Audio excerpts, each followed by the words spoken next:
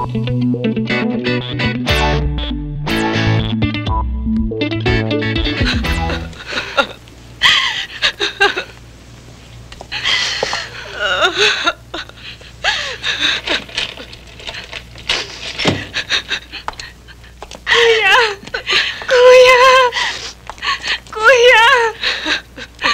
nangyari? Ang daddy. Mami, bakit? Mali naman kasing gusto niyang gawin eh. Kasalanan sa Diyos. Hindi ko kayo maintindihan. Kuya, buntis ako. Ha? Pero tinakasan ako ni Abet. Putang ina nung hype na yun, ah. Gusto ni Danny palaglag to. Pero ayoko. Natatakot ako, kuya. Nung kinabahan ako ni Mami, pinagbog siya ni Daddy. Tama na yan, ha? Hindi kanya ng daddy. Dami na siyang ganyan. Dominante. Lagi na lang niya pinipilit ang gusto niya kahit mali. Pinagtatakpan ko lang naman siya sa inyo noon, ah. Pero hirap na ako.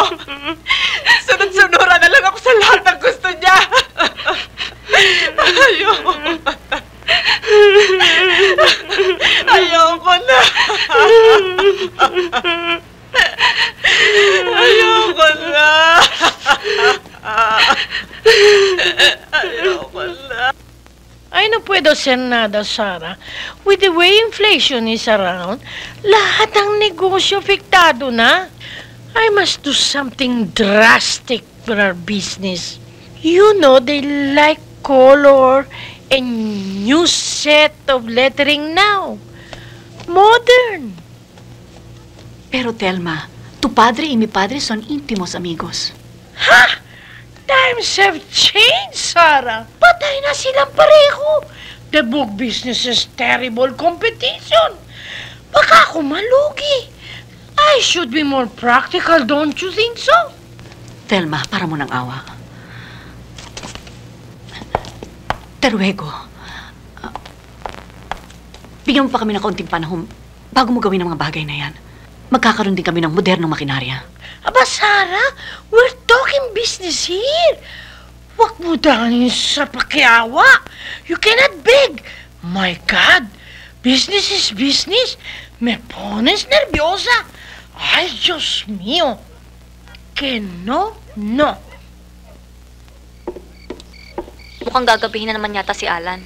Sanay na ako ron. Matagal na ba kayo hindi magkasundo? Simula pa yata na ikasal kami. Then what's the use of staying together?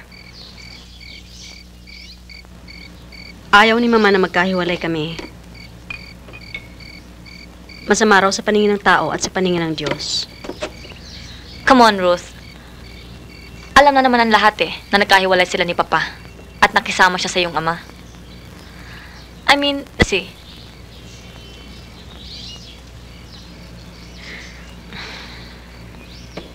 Alam mo, Noemi, dati may iba akong boyfriend, si Nolly. Nagkikita kami ng palihim dahil ayaw sa kanya ng mama. Standby lang kasi siya at walang pinag-aralan. Kaya mas ginusto pa niya si Alan, right? Dati may kaya ang pamilya ni Alan. Dito sila nagpapagawa ng kanilang letterheads para sa kanilang ahensya.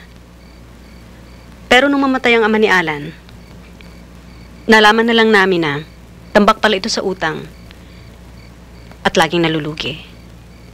Kaya pala pinagpipilitan niya sa akin si Edmond. Ha? Wala.